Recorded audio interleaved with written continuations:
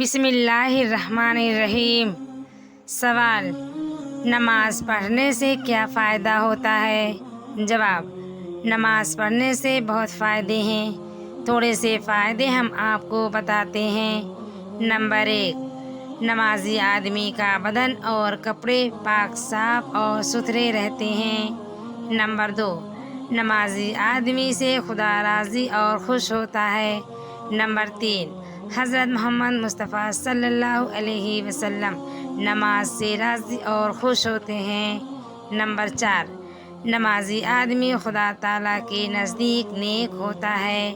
Number 5، نمازی آدمی کی نیک لوگ دنیا میں بھی عزت کرتے ہیں۔